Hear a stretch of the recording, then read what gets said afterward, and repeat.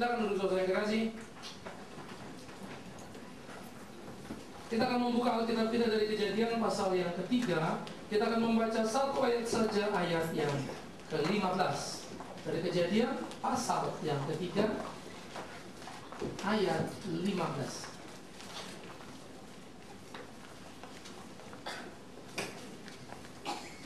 Jika saudara sudah menemukan Kejadian pasal 3 ayat 15, kita akan membaca bagian ini bersama-sama. Kita baca pada hitungan yang ketiga. 1, 2, iya. Aku akan mengadakan permusuhan antara engkau dan perempuan ini, antara keturunanmu dan keturunannya. Keturunannya akan meremukkan kepalamu, dan engkau akan meremukkan tumitnya. Sesuatu yang kekasih, ayat ini menjadi sangat menarik dan sangat penting untuk kita pikirkan. Karena Natal adalah sebuah rencana Allah nuncau di dalam kekekalan yang diberikan sebagai sebuah janji di dalam kejatuhan dan menjadi sebuah realisasi. Kemudian apa yang kita sebut Natal itu sendiri. Sehingga ada 3 titik menjadi penting untuk perenungan kita di dalam memahami kehadiran Tuhan, di dalam memahami Natal Allah menjadi manusia.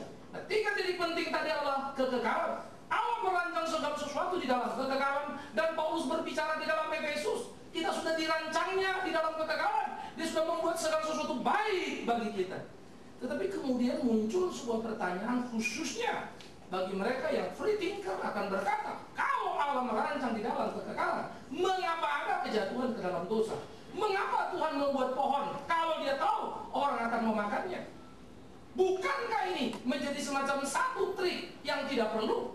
Bukankah ini menjadi semacam satu permainan yang memalukan? Nah, oleh karena itulah saudaraku yang kekasih, menjadi penting untuk kita pikirkan bersama-sama. Ketika Tuhan merancang segala sesuatu di dalam kehidupan, itu menjadi menarik dilakukan di dalam kekekalan. Nah, mari kita bereskan satu urusan ini dulu. Apakah Tuhan tahu manusia akan jatuh dalam dosa? Jawabannya jelas, Dia tahu. Kalau Dia tahu, kenapa Dia buat pohon itu ada di sana? Jawaban yang sangat sederhana. Jikalau pohon itu tidak ada, apa namanya manusia? Karena manusia tidak mempunyai tanggung jawab dan manusia tidak dipercaya oleh Tuhan. Maksudnya apa? Tuhan percaya manusia mampu melakukan tugas yang diembannya. Maka Tuhan memberikan pohon dengan catatan penting, jangan makan buahnya. Kalau kau makan akan mati. Saya kira itu bukan pancingan, tetapi justru satu proyek ketaatan yang perlu dijalankan manusia. Kegagalan manusia adalah mentaati apa yang Allah katakan. Karena dia kurang percaya kepada Allah, maka manusia binasa. Itu sebab untuk selamat yang diperlukan manusia percaya kepada Yesus Kristus. Percaya kurang, gagal. Percaya cukup, selamat. Itu 2 titik menjadi sangat penting. Itu sebab faith, iman, itu menjadi penting di dalam iman Kristen. Nah, sekarang kita mulai melihat ketika dalam kekekalan Allah membuat pohon itu, sehingga manusia, Adam dan Hawa sebagai sebuah keluarga dituntut untuk taat bersama. Sayang, rancang bangun Allah yang begitu bagus, begitu indah, begitu luar biasa, justru dirusak oleh keluarga. Sehingga ketika tidak ada satu korporasi, ketika tidak ada sebuah kerjasama pada suami dan istri, yang terjadi adalah penyelewengan di dalam peran yang harus dimainkan. Peran Hawa adalah peran menolong Adam, bukan menawarkan sebuah keputusan. Peran Hawa adalah peran menolong, di mana sisi Adam yang kalau ada kurang, bukan kemudian mempengaruhi untuk apa yang diyakini. Hawa yakin makan buah ini akan baik.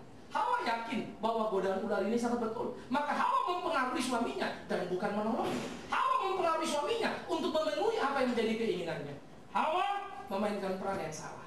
Keluarga mulai terancam.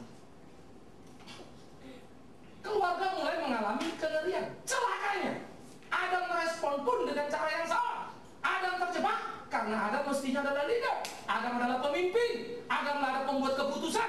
Tetapi Adam menjadi pengikut keputusan. Sehingga Adam tidak lebih tidak kurang hanya menuruti pengaruh daripada istrinya. Sehingga kemudian dia ikut saja dan memakan. Padahal dia tahu betul sebagai leader, dia harus membuat sebuah keputusan. Tidak boleh, karena Allah melarang. Adam tidak tegas dalam sikapnya. Sikap oportunis, karena kelihatannya Adam juga ingin tahu apa hasilnya. Yang kedua, ada kecenderungan sebetulnya Adam merasa ia tidak salah karena istrinya menawarkan maka dimakannya. Bukankah itu jawabannya kepada Tuhan? Bukan aku, tapi perempuan yang memberikan. Sehingga ajas, tolong menolong mendukung, kuat menguatkan di dalam konteks keluarga pertama, yaitu Adam dan Hawa, berubah menjadi saling memanfaatkan, bersembunyi di balik pasangan. Ini menjadi kengerian yang sangat luar biasa. Nah, oleh karena itu, saudara yang kekasih, di dalam pemikiran-pemikiran seperti ini, saya kira banyak sekali orang Kristen gagal untuk memainkan peran di dalam kehidupan berkeluarga. Tidak sederhana, ya. Sejelek-jelek suami kita, dia suami kita. Sejelek-jelek istri kita, dia istri kita. Minimal dia pilihan, maka jadi istri dan jadi suami. Kalau kita tidak bisa menghargai pilihan kita, sama dengan kita tidak bisa menghargai diri kita. Kalau kita tidak bisa menghargai diri kita, bagaimana mungkin kita menghargai pasangan kita? Itu omong kosong. Tapi dia kelewatan, Pak. Maafkan saya. Apa yang tidak kelewatan di kolong langit ini? Apa tetanggamu lebih baik dari dirimu? Semua orang punya pergumulan dan semua orang punya permasalahan. Tapi game yang harus kita mainkan harus kita selesaikan. Maka pertandingan dalam kehidupan, keduaannya yang menjadi satu, itu sebab tuntutan Allah terhadap keluarga. Dua, bukan lagi dua, tapi menjadi satu, menjadi sangat penting. Sehingga mendukung, membackup, itu menjadi sangat penting. Tiap orang punya pergumulan dan kesulitan di dalam kehidupan. Nah, saudara-saudara yang kekasih, kemudian Adam, Hawa bersepakat untuk hal yang salah. Perhatikan, mereka bersepakat untuk hal yang salah. Kesepakatan untuk hal yang salah adalah kematian bagi keluarga. Adam, Hawa hancur. Nanti di perjanjian baru muncul lagi kesepakatan ngaco, yaitu Ananias dan Safira. Mereka sepakat untuk berbohong tentang apa yang mereka berikan bagi gereja Tuhan. Mati berdua. Maka kita melihat suami istri jauh lebih mudah sepakat untuk berbohong daripada melakukan yang benar. Ironis juga ya. Untuk bikin dosa itu orang jauh lebih mudah. Saya kira kalau kita bilang mari kita kerja gila-gilaan, mari kita cari uang misalnya begitu ya, kita lupakan gereja. Suami istri lebih gampang sepakatnya.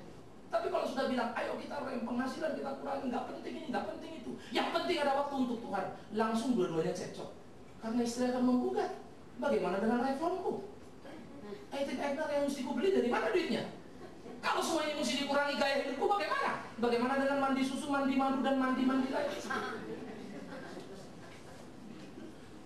Suami pun akan berteriak, iya juga ya, kalau kurang duit, gengsi saya kemana? Saya nggak akan jadi member dari klub lagi. Saya mesti menyisihkan diri dari teman-teman. Golf saya mesti lepas, ini mesti lepas, dan seterusnya. Saudara yang kekasih, akhirnya kita mudah sepakat untuk jatuh bersama. Terlalu sulit sepakat untuk melayani Tuhan bersama. Dengarkan kalimat saya baik-baik. Manusia terlalu sulit untuk sepakat bersama-sama sebagai suami istri melayani Tuhan. Jauh kita lebih mudah sepakat bersama-sama untuk hancur dan melayani kesalahan, walaupun tidak muncul bentuknya dosa. Saya ngobrol dengan banyak teman-teman saya yang kalangan-kalangan berkecukupan. Lalu kita ngobrol-ngobrol, semua akan memilih statement yang sama. Kita siap melayani Tuhan apapun yang terjadi. Lalu dalam diskusi ringan saya bilang, betul lo siap? Siap Pak. Betul siap melayani Tuhan. Untuk apapun siap. Kalau lo mendadak miskin siap? Siap Pak. Wah hebat ya. Saya aja nggak terlalu, saya bilang kan ya. Dia sudah lebih kaya siap, saya saja tidak sekaya dia tidak siap. Oh masa Bapak nggak siap? Saya mesti jujur. Harusnya saya siap. Tapi saya nggak kebayang kalau mobil saya habis, lalu rumah saya diambil, saya ngontrak rumah, jangan naik bus dari ke bus. Dalam kondisi sekarang ya, dalam posisi di mana saya melayani dan begitu banyak jadi berkat. Saya nggak kebayang, karena saya rasa seperti patah kaki nanti di Jakarta. Karena saya mesti mobile, pergi. Kayak apa? Lalu dia mulai diam. Pikir-pikir lagi, iya Pak ya, nggak siap ya. Kita cuma siap dalam semangat. Kita cuma siap dalam kata-kata. Karena itu mari kita mulai dengan satu prinsip. Realistislah terhadap sebuah rumah tangga.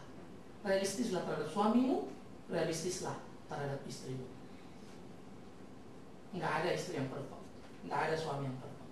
Omong kosong. Tetapi hati-hatilah terhadap pilihan dan tindakan di kehidupan kita. Nah inilah pergumulan yang serius. Sehingga rancang bangun yang Allah buat tadi gagal oleh Adam Hawa, keluarga hancur. Hancurnya apa? Langsung kelihatan Tuhan datang, marah pada mereka. Hawa dipersalahkan, Adam dipersalahkan tidak rela.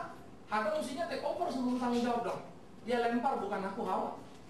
Hawa divonis juga tidak rela, lempar pada setan. Setan divonis, nah dia yang paling jujur. Memang aku bikin. Dan dia tidak melemparnya kemana-mana. Saya kira setan paling bertanggung jawab di Taman Eden. Hanya setan yang benar di Taman Eden. karena dia benar dalam bertindak tidak benar. Dia tidak lempar ke tempat lain, dia nggak bilang, bukan aku, bodoh-bodohnya si Hawa saja. Enggak, memang iya kok, itu planning dia dan dia sukses. Dia terima.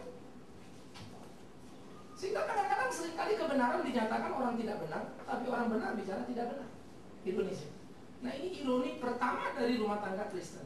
Tetapi yang kemudian kita pikirkan adalah, mestinya kalau makan, mati, habislah manusia. Tetapi menjadi menarik sekali ketika di dalam penghukuman terhadap Hawa, lalu dikatakan bagaimana Hawa akan mengalami ular itu sudah dihukum dan manusia itu akan juga dihukum. Tetapi penghukuman manusia diawali dengan pengharapan. Sebelum Tuhan berkata ayat 16, firman-Nya kepada perempuan itu, susah payah waktu mengandung akan kubuat sangat luar biasa. Sebelum hukuman dijatuhkan, sesudah iblis dihukum, lalu Tuhan akan menghukum manusia. Hukuman diawali dengan pengharapan. Ini yang menarik, saudara. Jadi sebelum hukuman dijatuhkan kepada Hawa, ada apa kepada Hawa? Susah melahirkan. Kepada Adam, susah untuk menghidupi kehidupan dan memenuhi kebutuhan ekonomi. Maka pengharapan yang lebih dulu diberikan, yaitu keturunan Hawa, perempuan itu akan bertanding terus-menerus dengan keturunan ular itu. Lalu keturunan ular akan meremukkan tumit dari keturunan Hawa, dan keturunan Hawa akan meremukkan kepala ular itu. Itu bicara tentang Golgota. Itu berbicara tentang salib. Maka dari Adam menjadi penting kita pahami kenapa Tuhan mengatakan janji ini. Lalu kita tarik kepada janji kepada Nuh tentang tidak akan ada lagi air bah. Lalu kepada Abraham tentang keturunan. Disitulah Tuhan mulai makin secara progresif membuat terang janji dari Taman Eden sampai kepada Abraham. Konkret menjadi bentuk keturunan. Lahir Ishak, lahir Yakub, lahirlah 12 suku. Lahirlah Yehuda, lahirlah Daud, lahirlah Yesus Kristus. Sehingga apa yang disebut the covenant theology, ya, apa yang disebut dengan teologi perjanjian, itu memang penting untuk kita lihat benang merahnya, dan kita akan menikmati sekali Alkitab ini luar biasa sekali. Karena bertahan ribuan tahun, konsistensinya tinggi sekali. Saya belajar banyak hal. Saya berdiskusi dengan banyak orang. Prinsip ini sangat-sangat hebat sekali. Ya. Nah, jadi saudaraku yang terkasih, pada waktu kita melihat bagaimana terjadi percaturan dan pertandingan pertarungan di dalam pergumulan itu, maka kemudian janji Tuhan dinyatakan dalam Kejadian 3:15, kemudian masuk kepada Abraham digenapi menjadi satu keturunan, lalu lanjut kepada Yesus Kristus. Tapi ingat, pengharapan diberikan sebelum penghukuman dijatuhkan. Maka Natal adalah proyek besar yang dirancang dari kekekalan. Mulai tampak benihnya di Taman Eden, justru di tengah kegagalan manusia. Natal bukan hadiah buat manusia. Sebetulnya Natal mempermalukan kita, karena mestinya kita mati, tapi dia memberi janji akan menyelamatkan. Itu sebab kenapa saya selalu ajak teman-teman ya di gereja, selalu bilang kita Natal umum tidak boleh budget untuk konsumsi. Ya, saya pantangkan budget konsumsi tidak boleh ada. Budget yang boleh ada adalah untuk panti asuhan, panti jompo atau apa, atau penjara. Silakan panitia pilih sendiri, tahun ini kasih apa, tahun depan kasih kemana. Tidak boleh ada konsumsi. Nanti kalau ada yang mau konsumsi apa, itu pasti bukan budget Natal. Ya, kalau ada yang rasa pribadi mau bikin, silakan saja. Itu urusan pribadi. Tetapi tidak boleh pembajetan. Loh, apa bedanya apa? Iya, karena kita kalau pembajetan kita kumpul sama-sama. Uangnya mau dipakai apa? Pakai yang benar dong. Jangan uang kita kumpul sama-sama, lalu kita makan sama-sama. Lalu orang di luar sana ngapain? Yang miskin-miskin, yang susah-susah ngapain? Cuma nonton dan dengar Natal damai di bumi. Seneng loh orang Kristen. Bukan itu memalukan. Natal harusnya kita dihukum, tapi Tuhan mau mengampuni kita. Dia beri hidupnya, dia beri dirinya pada kita. Bukankah seharusnya kita juga memberi kebahagiaan itu keluar? Pakai dong uangnya keluar. Ya. Maka bagi saya terlalu menyedihkan tiap orang yang berhitung dengan uangnya dalam melayani Tuhan. Sangat menyedihkan tiap orang yang berhitung dengan tenaganya dalam melayani Tuhan. Dr. Santoso tadi sudah kesaksian bagaimana kemudian hidup terus aktif dalam dunia kedokterannya, ya, sampai kemudian Tuhan menyapanya sehingga sekarang lebih banyak waktu melayani Tuhan. Saya karena banyak pelayanan jebol jantung saya. 6 tahun gila-gilaan dari 2000 sampai 2006. Memulai pelayanan nikah, memulai pelayanan praman. Sampai kadang-kadang tidurnya jadi tak karu-karu. Jebol. 6 hari kemarin, Natal lalu saya di rumah sakit. Natal ini saya pun kecolongan ngatur waktu. Nanti ini pulang, istirahat sebentar, malam khotbah. Besok pagi-pagi jam 5 saya mesti flight pergi ke Surabaya. Pulang Surabaya, nginep sebentar di bandara, mereka kasih rest, lalu saya mesti Natal pimpin bandara. Saya pikir ini saya salah. Karena kemarin saya tidak planning mana off saya, sehingga kayaknya kosong-kosong jadi keisian. Lalu saya mulai pikir-pikir, saudara-saudara yang kekasih, jebol, iya, sakit iya. Tapi ternyata sampai sakit pun, sampai masuk rumah sakit pun saya karena melayani Tuhan, tetap aja kerjaan saya nggak beres-beres, pelayanan saya nggak beres-beres. Masih saja menunggu setting 2, 3, 4, 5 terus. Juli kemarin kita dari 90 juta per bulan, sekarang sudah butuh 150 juta per bulan untuk Kalimantan. Baru masuk lagi 10 juta, kita mesti cari lagi kurang lebih 40 juta tiap bulan dukungan untuk anak-anak ini.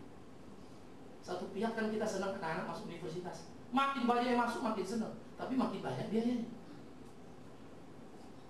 Ya, maka saya mulai pikir-pikir melayani Tuhan kapan selesainya ya.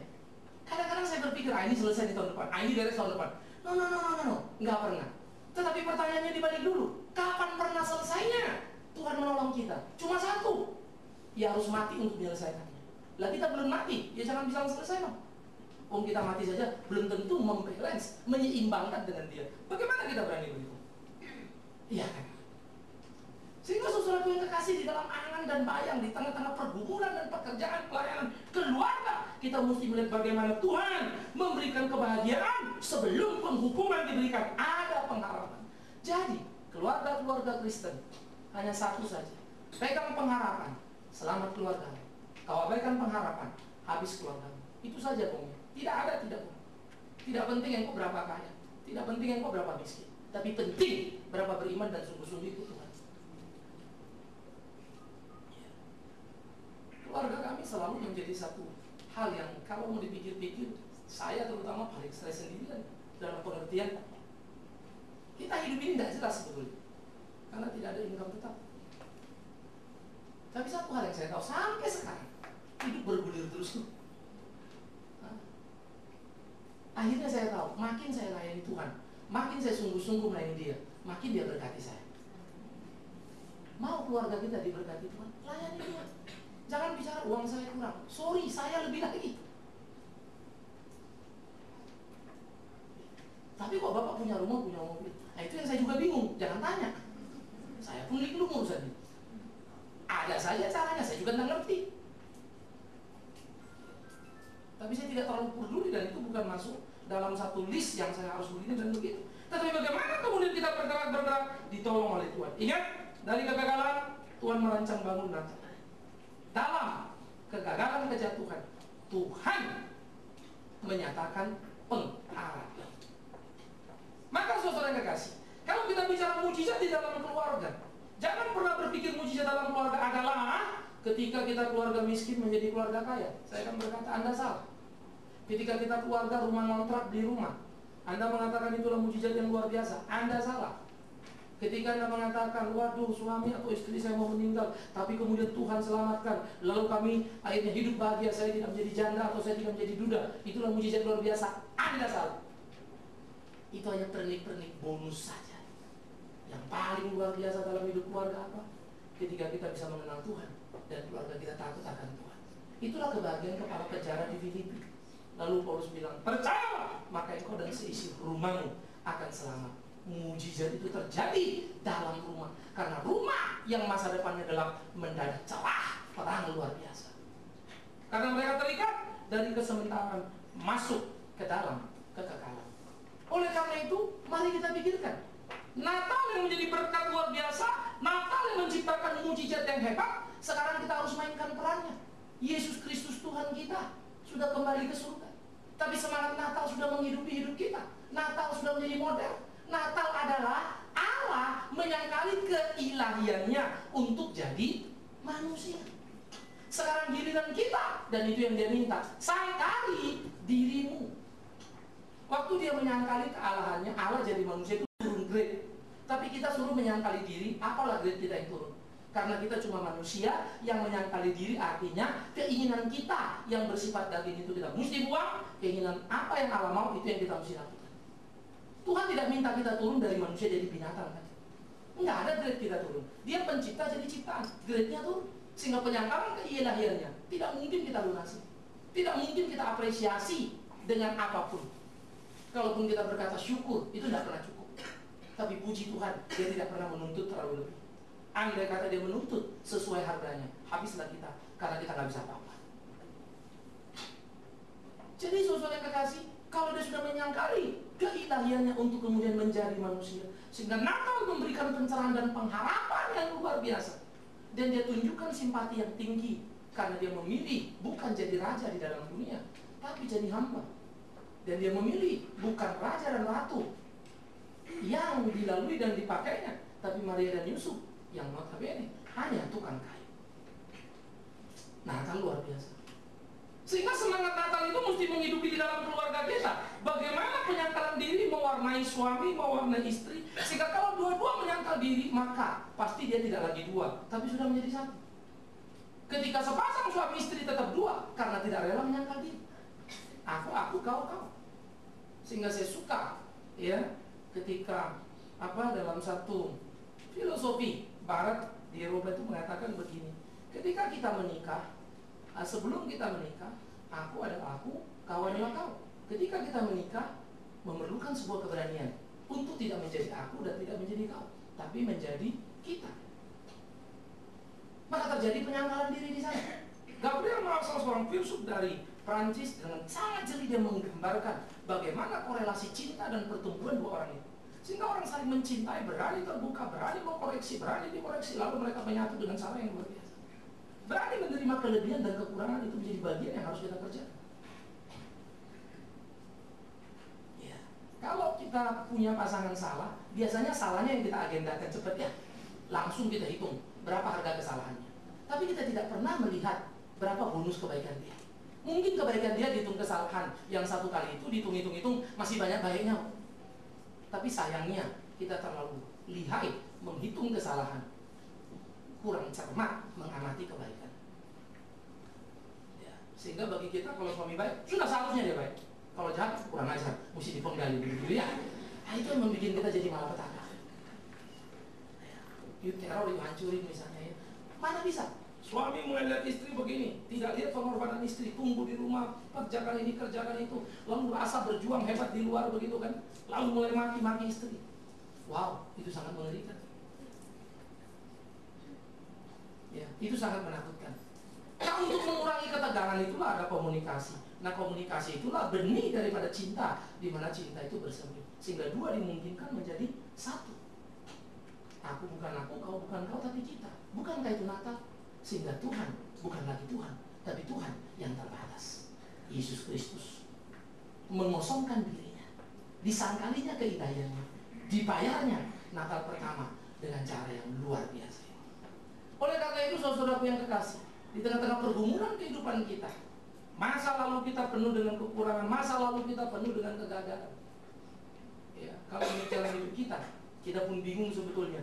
Ya, kalau melihat ke belakang kita sendiri mungkin jijik dengan masa lalu. Masa lalu saya juga tak beres. Saya kalau pikir-pikir tiap kali ketemu teman juga pada bingung. Waktu saya pilih sekolah teologi dan mau jadi pendeta. Kau jadi pendeta? Saya kalau ingat kalimat teman-teman saya nanya gitu ya, kita tuh ada namanya orang-orang Syiah. Kau jadi pendeta gitu. Aneh rasanya ini. Saya sendiri pun aneh karena saya paling benci sama guru sekolah minggu. Dulu saya punya pengalaman pahit sama sekolah minggu. Guru saya lawan.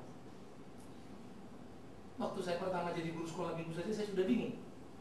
Waktu ngurus anak-anak saya stres. Karena pertama kali saya ngajar sekolah minggu, tahu bagaimana saya dikasih kelas, pegang kelas balita bawah 5 tahun. Padahal saya paling kayaknya anak-anak. Kami anak-anak jantar itu biasa, kalau anak-anak saya ingin tok, dicetok.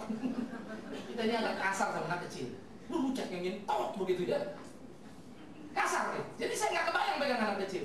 Pertama saya ngajar keringet dingin saya ngurusin anak-anak. Ini nangis, itu nangis, nggak tahu saya bagaimana. Saya belajar gendong anak kecil itu jadi sekolah minggu itu. Tapi saya thanks Lord, keringat dingin saya 2-3 kali berturut-turut tiap minggu ngajar itu karena mau nanganin anak. Bagaimana dia memproses? Sampai saya juga tak ngerti, rupanya dia sudah siapkan saya untuk menjadi pendeta dan pengharap banyak hal dalam kehidupan saya. Ayo kita belajar jadi keluarga yang diberkati. Maka waktu saya lihat lalu, saya belajar untuk terus melakukan ke depan apa yang perlu dikerjakan. Tapi ingat, nobody perfect. Saya bukan suami yang sempurna. Ya, saya juga bukan pemimpin yang sempurna. Tipe saya, tipe yang paling tidak bisa ngeliat sedikit pun salah. Saya gerak cepat, paling benci saya yang lambat. Istri saya tipe pemikir, apa-apa pikir. Saya tidak suka terlalu lama-lama mikir. Jadi kadang-kadang kita cekcok, yes, it's alright.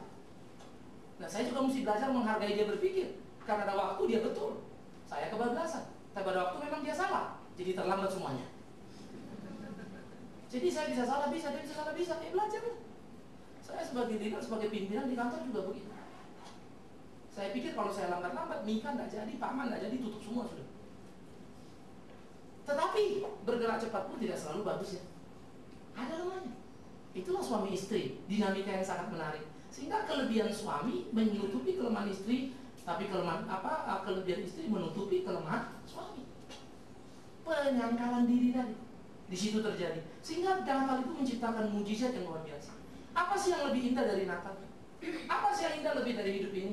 Kecuali kesehatan kan, kebahagiaan kan. Saya ingat betul pada waktu saya menghadapi beberapa tekanan-tekanan di dalam pelayanan sampai kadang-kadang saya jadi stres berat. Ya, saya ingat betul pada waktu mama saya ada di rumah sakit. Ya. Terus kita itu ekonomi, ya sama saya 95 saya masih bisnis, 96 saya masuk kuliah di STT. Saya lepas semua bisnisnya, no income lagi gitu. Tinggal bunga depositonya habis, apalagi bunganya daun daun tidak kelihatan, udah habis semua kan, seakar-akarnya. Mobil 321 kita ludes, rumah 2 tinggal 1, udah stres berat loh. Tapi saya ingat waktu malam saya nggak bisa tidur, padahal saya bukan tipe itu, saya tipe yang nggak mau tidur. Istri saya tidur, saya bangun, kelimpung sana, lari sana, jalan sini, bingung, masuk ke kamar anak saya.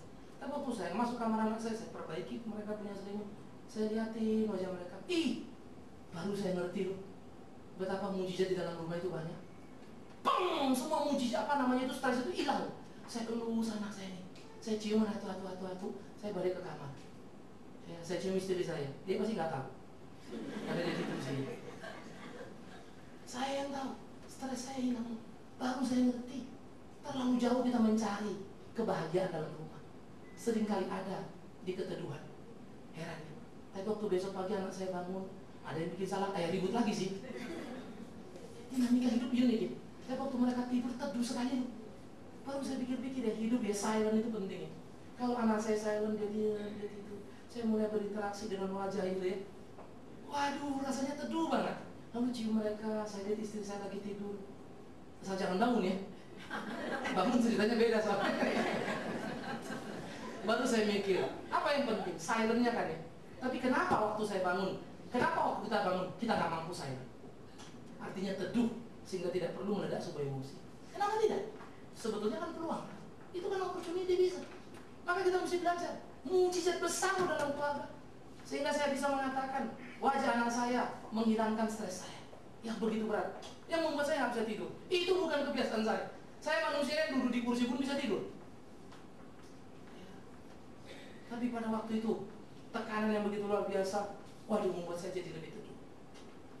2 minggu pertama waktu saya mesti jemput mama saya karena sakitnya di Sumatera, saya mesti bawa dia kemari. Udah kayak kelimpungan, gak ada teman ngomong. Ketemu teman sekolah ngomong, gak nyambung lagi ngomongnya.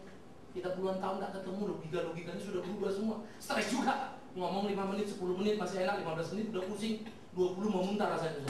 Gak tahu lagi mau ngomong apa. Lalu pergi sana bola balik, syantar kecil begitu, sudah biasa dengan aktivitas tinggi. Gimana saya gak stres? Malam kalau lagi telepon sama anak, ngomong sama istri, rasanya lega banget. Enak banget kayaknya. Betapa kita yang salah ya. Mujizat itu Tuhan taruh dalam rumah, tapi kita kurang meng-create-nya, kita kurang menggalinya. Dan dia sangat sederhana. Dia bukan bernama sebuah kue tart, dia bukan bernama restoran yang mahal. No. Dia hanya bernama sebuah kerelaan untuk menghargai anak dalam posisinya, istri dan suami dalam posisinya. Saya suka keras sama anak saya, arahkan mereka. Tapi jujur kalau saya lagi udah jalan, aduh saya pikir-pikir, saya kelewat keras gitu. Ya. Saya coba mulai pikir, mesti belajar kurangi. Jadi saya coba mulai menikmati minimal dalam kondisi pasif. Oke, artinya pasif apa? Waktu lagi jam, aduh, kita ada begini, anak kita marahin tadi rasanya kalau keras, mestinya nggak perlu begitu ya. Coba menikmati itu dulu lah. Ya, harap-harap sih tiap kali ketemu bisa bagus terus. Ya, kadang-kadang ada bagus, ada nggak bagusnya, ada bagus, ada nggak bagusnya. Tapi untuk nggak bagus pun, pam, sesudah itu, pak, kita bisa sama dia teringat, nikmati itu. Lain loh, benihnya itu muncul beda. Nanti ketemu anak itu lagi jadi lain lagi. Ya. Langsung perspektif kita berubah, karena kita menikmati secara pasif tadi. Kenapa tadi mesti begitu ya? Menarik ya? Sehingga itu jadi bagian-bagian yang mesti kita pikirkan. Jadi jangan membayangkan mukjizat keluarga terlalu jauh. Mukjizat keluarga adalah sebuah kebahagiaan dari yang namanya keluarga. Dan hebatnya, Paulus pernah berkata kepada orang-orang di Efesus tentang suami istri, hidup mereka seperti Kristus dan jemaatnya. Dia katakan ini sebuah rahasia yang sama.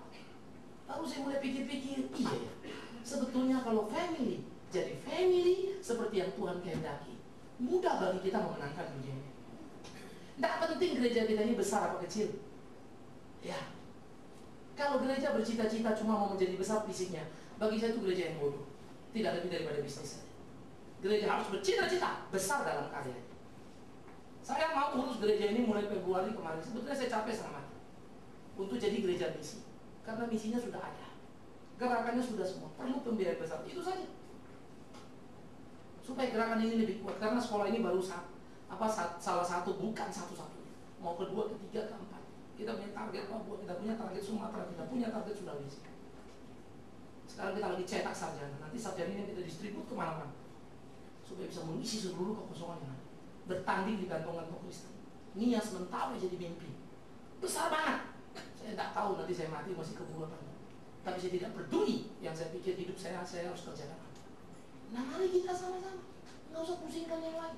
Bagaimana family tadi betul, itu menjadi kekuatan daripada gereja. Itu sebab di dalam gereja selalu keluarga yang diobok-obok. Nanti suami sama suaminya teman baik, istri sama istrinya cekcok. Jadi masalah. Saya sedih. Teman baik saya tidak bisa kerja sama, pusing juga ya. Teman baikku dan teman baikku tidak tentu teman baik. Ini saya baik sama dia, yang ini baik, ini suruh kerja nggak bisa, belum tentu, nggak selalu mulus. Ya. Nanti kita sudah baik sama sini, istri sama cocok, ribut lagi, repot dah.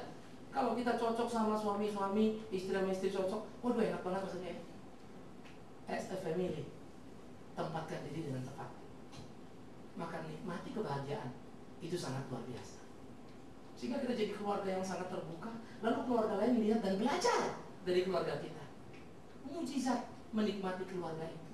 Mujizat bisa mendistribusi kebahagiaan keluarga kita kepada keluarga-keluarga yang lain. Seperti Kristus dengan jemaatnya. Seharusnya begitulah hubungan itu. Sehingga kita memenangkan banyak orang di kehidupan kita, membawa mereka dalam mengenal Tuhan. Karena itu saudara, saya pikir kita sebagai keluarga perlu loh selalu duduk sama-sama, merumus ulang terus tujuan hidup kita ini apa sih. Hati-hati ya, saya pikir ini pengalaman saya sudah saya kumpulkan sekarang. Banyak orang bilang suami istri duduk bareng-bareng. Kadang-kadang suami maju, istri mendukung terus majunya, karena rasa suplainya makin kencang. Jadi suaminya disorong terus. Dia lupa kalau suami suplainya kencang, risikonya juga kencang, anginnya juga kencang. Begitu angin kencang yang hantam rumah baru teriak-teriak. Lah situ yang dukung sih. Berani loh mesti ngerem. Iya. Kalau orang bilang kita kalah gengsi sama dia lebih bagus. Bodoh amat lah ya, orang tahu rezekimu nikmati sudah. Urusan orang sana itu. Tuhan masing-masing memberkati kita ya. Satu orang jadi dokter, ibu Rupiah punya suara bagus, nyanyi dia, ya Nurapni nyanyi. Saya enggak nyanyi saya. Saya khotbah. Ya. Saat waktu bisa nyanyi enggak? Kalau saya belajar saya bisa. Tapi belum ada waktunya. Walaupun ibu Rupiah udah maksa saya jadi muridnya. Tapi saya pikir jangan dulu lah, mendingan dia jadi murid saya dulu ya. Jadi kita bisa belajar teologi itu betul-betul, belajar memahami kebenaran betul-betul, nikmati. Maka seperti janji tadi, kekekalan, peristiwa, dan Natal itu sendiri. Maka Natal, sebetulnya apa yang Tuhan selamatkan? Keluarga kan ya. Namanya keluarga Adam dan Hawa. Kita menyebutnya sekarang sebagai umat manusia. Tapi Adam Hawa representasi manusia, keluarga. Natal itu for your family. Natal itu untuk keluargamu. Natal, Tuhan datang dengan pengharapan luar biasa. Maka saudara, pada waktu nanti pulang, seberapa berat persoalan di rumah kita, pergumulan yang sedang kita hadapi, itu tidak menjadi penting. Pertanyaan yang paling penting adalah seberapa matang, seberapa siap, seberapa berimannya kita untuk mengatasi. Mobil punya gas, punya rem, punya kopling. Rumah tangga pun sama. Gas, awas lu, pakai koplingnya. Sesekali injak remnya, jangan kekencangan. Kencang memang cepat nyampe, tapi juga cepat juga nyampe. Tapi nyampe kemana juga jadi masalah ya. Bisa nyampe puncak, bisa nyampe tanah kusir. Jadi kita mesti ada seni. Family juga sama. Istri-istri puas dengan posisi suamiku dan situasi yang ada pada dia. Pahami, support suami. Jangan gugat dia supaya dia bisa beli helikopter karena terkandung beli helikopter. Salah ya. Jangan seperti itu. Dukung dia. Berapa yang ada, mulai belajar kita pahami. Ingat, mukjizat Natal itu sederhana. Jangan dibikin ribet. Kenapa? Karena ketika kita mampu seperti Natal yang Yesus buat, menyangkali diri di dalam keluarga, kita menyangkali diri, suami menyangkali diri, terjadi sebuah relasi. Wow, relasi itu sendirilah mukjizat itu. Betapa luar biasa. Ya. Tadi Pak Santoso bilang ya, dia sakit, istrinya ngurusin terus. Bahagia kan? Coba kalau dia sakit, istrinya pergi terus. Akhirnya mati juga bukan karena cancer lagi ya, karena istri yang pergi kan. Jadi stres, maka kita bisa tunggu-tunggu lagi. Karena memang laki-laki kalau sakit, istri jangan nungguin, malah petaka itu. Tapi kalau istrinya sakit, laki-laki pergi, biasa itu. Aneh juga ya. Ini memang rasanya ketidakadilan ya.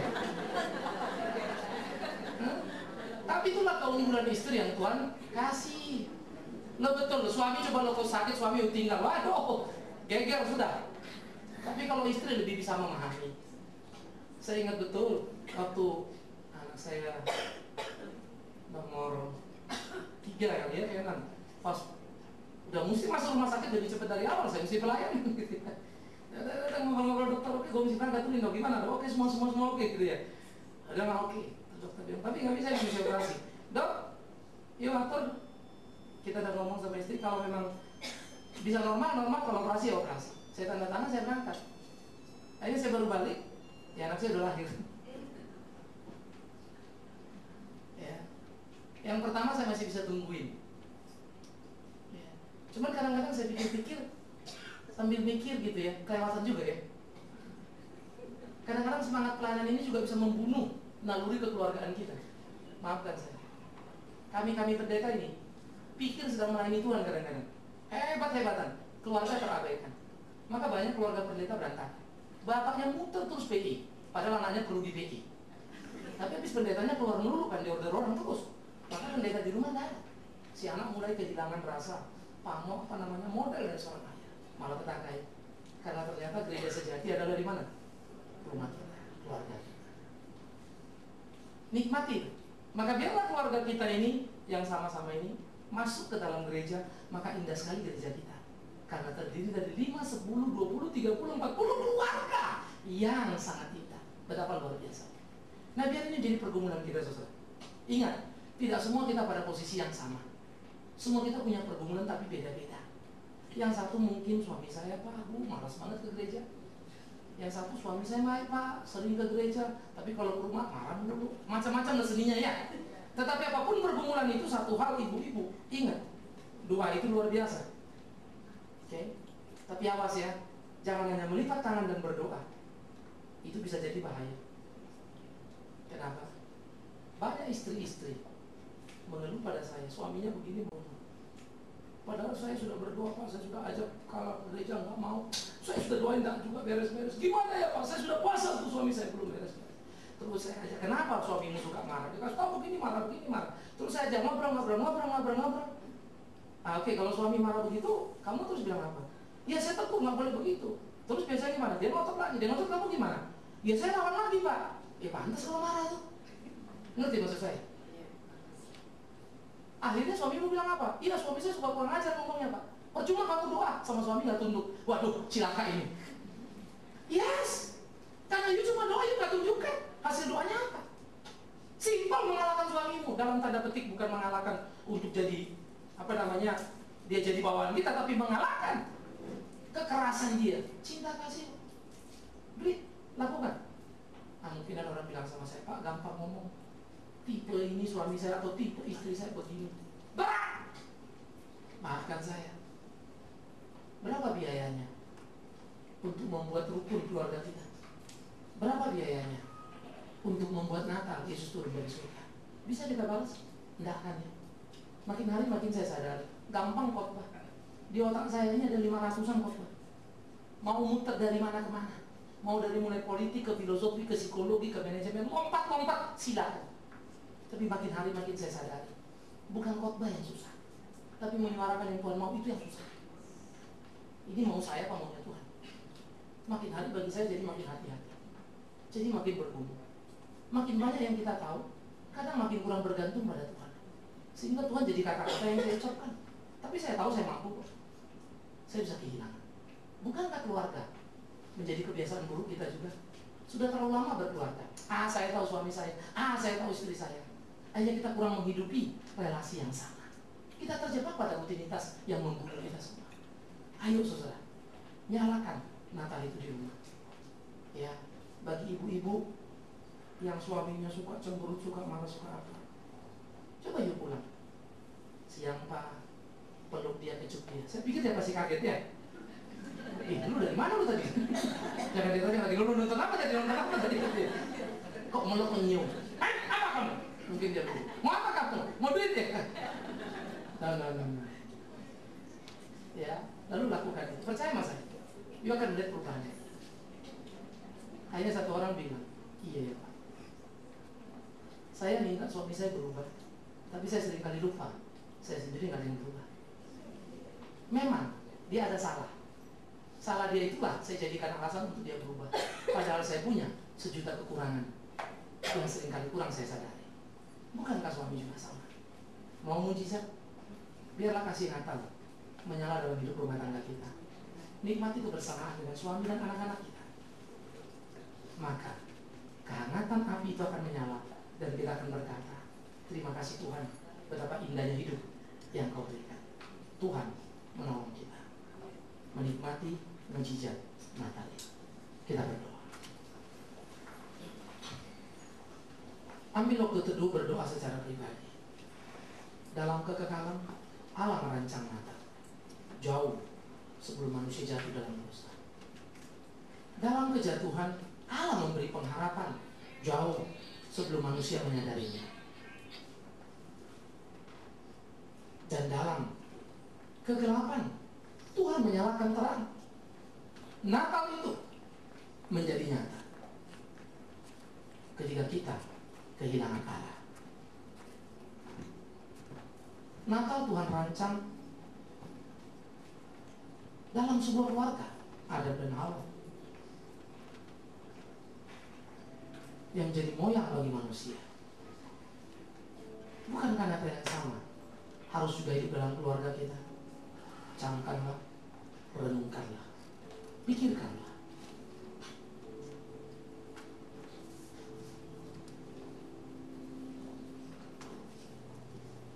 Hari ini ambil waktu berdoa untuk suami kita.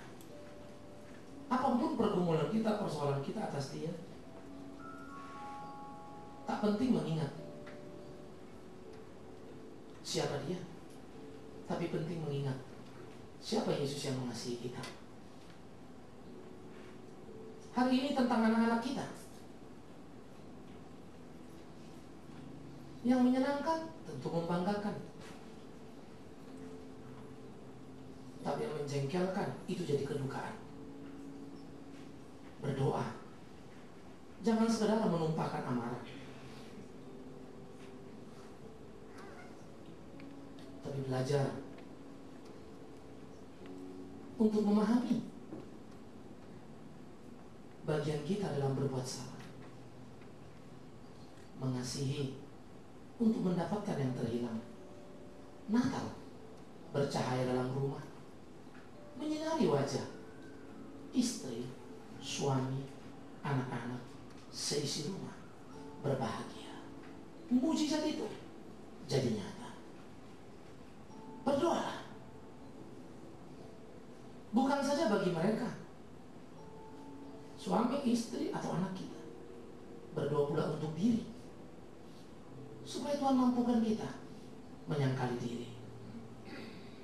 Berdoa juga untuk diri, supaya Tuhan mampukan kita bersinar, terang tak terbantah. Berlaku manis, bertindak benar, berbuat yang baik. Percayalah, Tuhan tidak pernah meninggalkan kita. Percayalah, tak ada persoalan yang lebih batas kemampuan kita. Percayalah, sekalipun sulit kau rasa untuk percaya sepenuhnya, tapi jangan pernah percaya separuh. Seberapapun beratnya, pikirkan keputusan-keputusan penting pada kesempatan ini. Apa yang akan kau lakukan untuk kebahagiaan dalam rumah?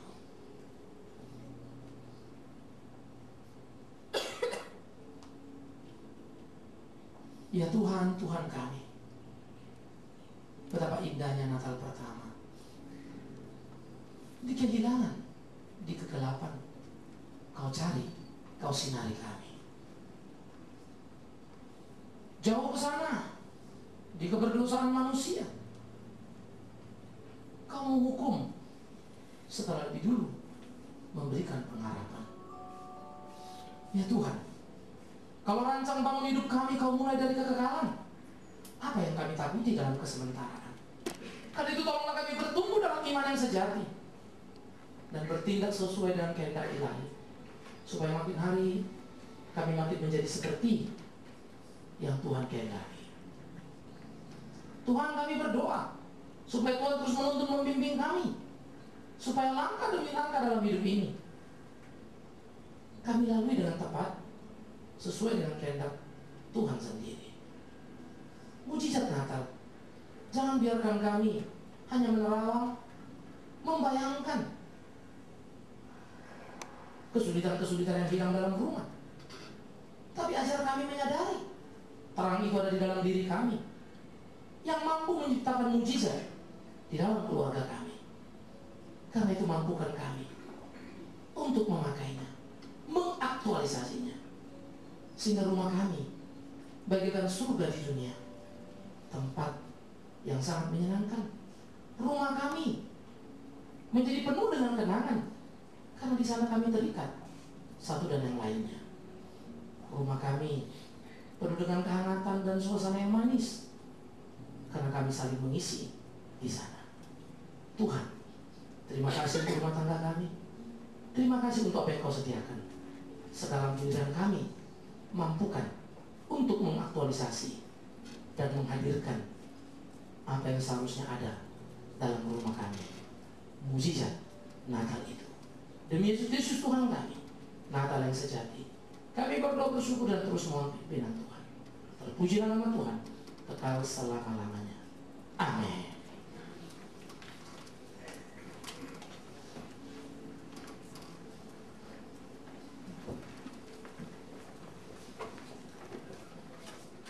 Puji Tuhan, kita diberkati.